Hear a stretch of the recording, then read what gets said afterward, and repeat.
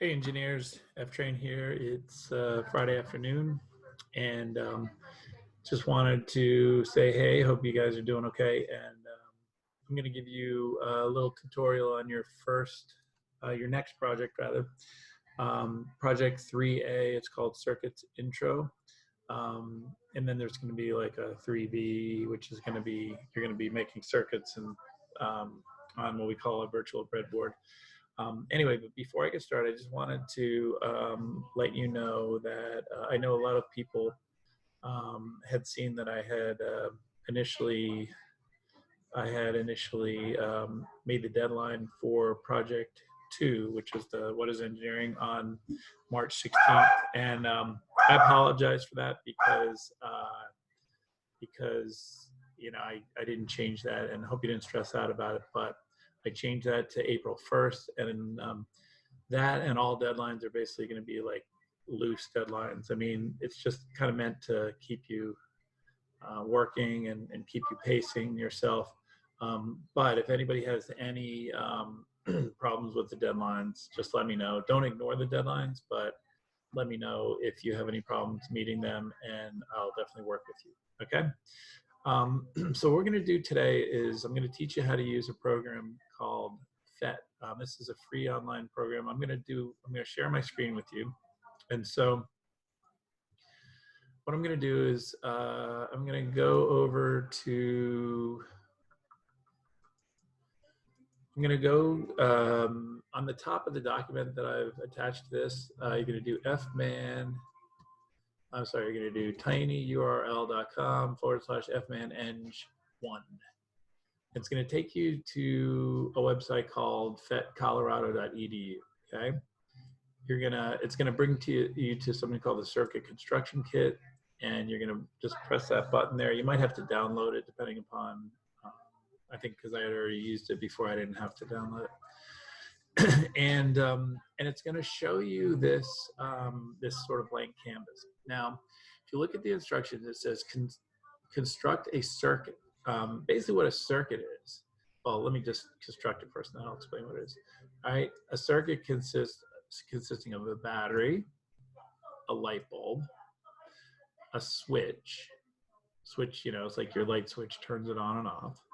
Okay, and some wires. Okay, so this is the most basic, pretty much the most basic type of circuit you could possibly construct right here. Okay, now if I turn on the switch, notice what happens.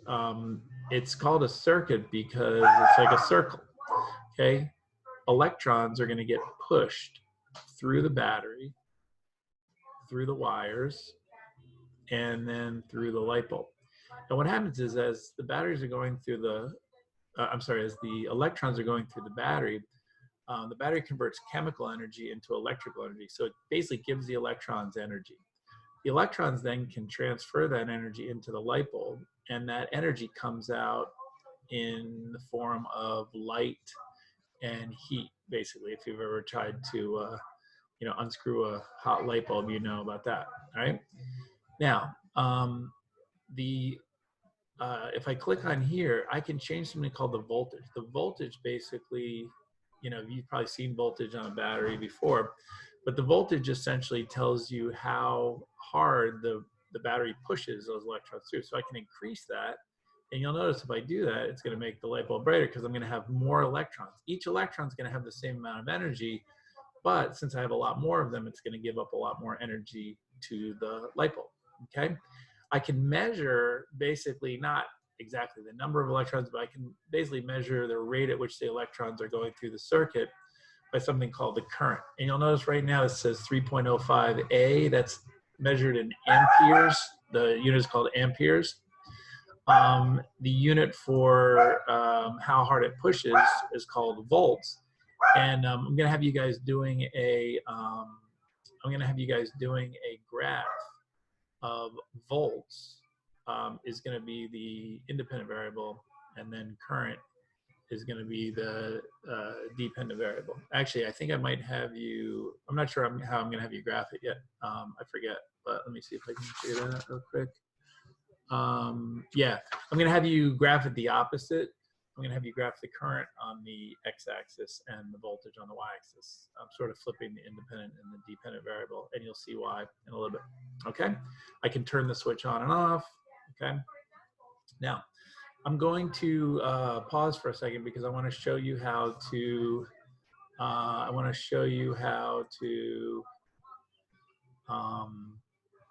To set up what we call a parallel and a series circuit as well, right? So hold on a second. All right, so I'm gonna now I'm gonna make what we call a parallel circuit. A parallel circuit gives the electrons a choice. Okay, parallel circuits are basically what your entire house is connected by.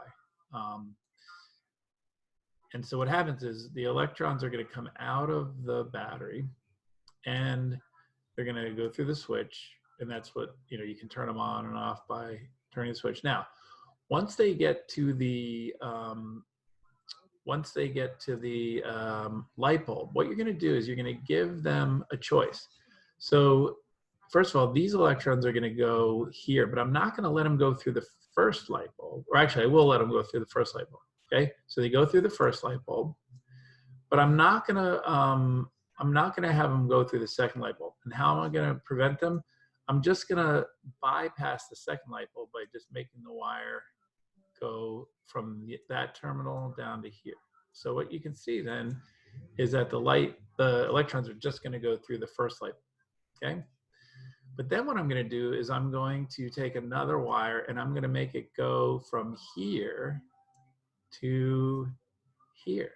So now these electrons, the only way they can get back to the battery is they have to go through the second light bulb, okay? So now when I turn on, you'll notice that both light bulbs are lit up, okay? And again, I can take my ammeter, I can measure the current, and hopefully I should see that there's going to be more current going through there than there was before, okay? Now, by the way, you can change the voltage, and I can change the voltage, and I can also, yep. All right, and then lastly, I'm going to,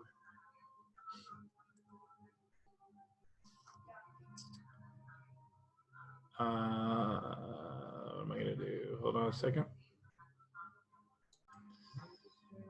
All right, and so last thing I'm going to do is I'm going to show you how to set up a, hold on a second. I'm going to show you how to set up a series circuit. So what a series circuit does is it forces all of the current, it doesn't give the current a choice, it forces all the current to go through both light bulbs. So I'm going to put 2 light bulbs. But the way I'm going to set this up is that the electrons are going to go through the battery, through the switch, through the first light bulb. Now, I'm not going to give them a choice. They're going to definitely go through that first light bulb, but then they're definitely going to go through the second light bulb as well. Okay. Now, you should see right away, just by looking at it, that there's definitely less current going through here now. Okay. In fact, I think before it was like 1.8. Now it's only 0.45, so much less. In fact, you might notice it's like 1/4 as much. That's my dog. I think I'm going to let him go outside for a second. Hold on a second.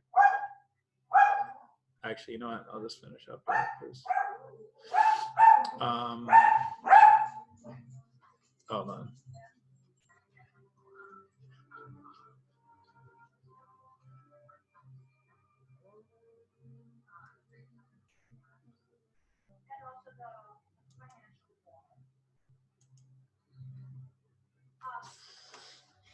Bisley, you want to go out?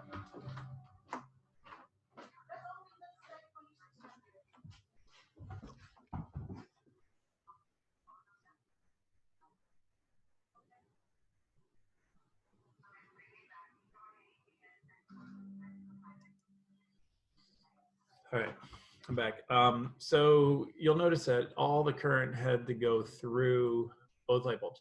Now, when so the battery is trying to push current through the circuit, but the light bulbs provide what we call resistance, okay?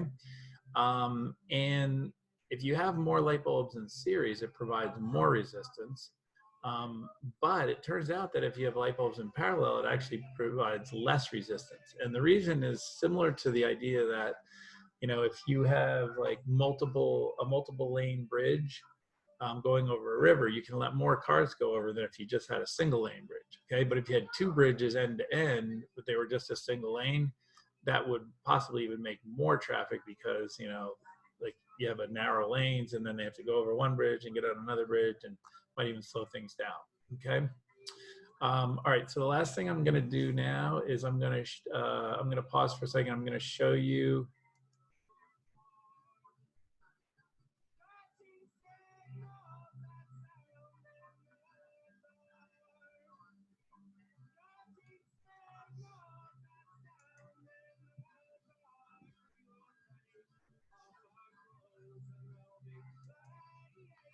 All right, so now what I'm doing is I'm showing, this is the document that I'm attaching to this. You'll notice that it tells you the instructions on how to do everything that I mentioned before. It tells you to connect everything in series. Now notice it says the ammeter in series. The ammeter that I showed you there does not have to be in series. All you have to do is just hold the, you just basically hold the thing over the top, and that's how it measures the current. You don't actually have to connect that in series with that, right? So that's a little change from what it says there. Right click, and I think you might just have to click on it. I was just doing it earlier, and with this computer that I'm using, at least it's not a right click. So try a left or a right click, and then you'll notice the voltage in the battery and the current. Record that, and then make changes to the voltage and note the change in the current. Create yourself a table there. Now, what you can do is you can just type the values right in there. Now, and the next thing it's going to tell you to do a graph. Okay. Now, what I'm going to ask you to do is I'm going to ask you to make that graph in Google Sheets, and then just copy and paste it into there, or you just cut and paste it into there, whatever. Okay. So you can just delete this graph and then put in the other graph. I'm going to I'll make a quick video on how to use the graphs on Google Sheets in case you forget. It's basically going to be the same thing that we did when we did the beam project. It's going to be, all right. You're also, remember when you did the beam, you found the slope of the best fit line, and then you talked about the meaning of the slope. You're going to do the same thing here. Now, I'm going to give you a little bit of a help here, because there in electronics there's something called Ohm's law. Okay, the slope of the graph is the resistance of the light bulb. I talked about resistance. Resistance is measured in something called ohms. So therefore, the relationship between the voltage, current, and the resistance is given by Ohm's law. So basically, the voltage, if you increase the voltage, you're going to get more current. But if you increase the resistance, you're going to get less current. Okay.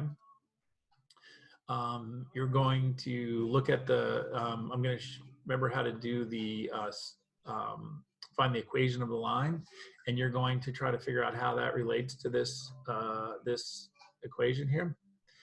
And you're going to answer some questions, right? So this should be fairly straightforward. If you have any questions about it, let me know.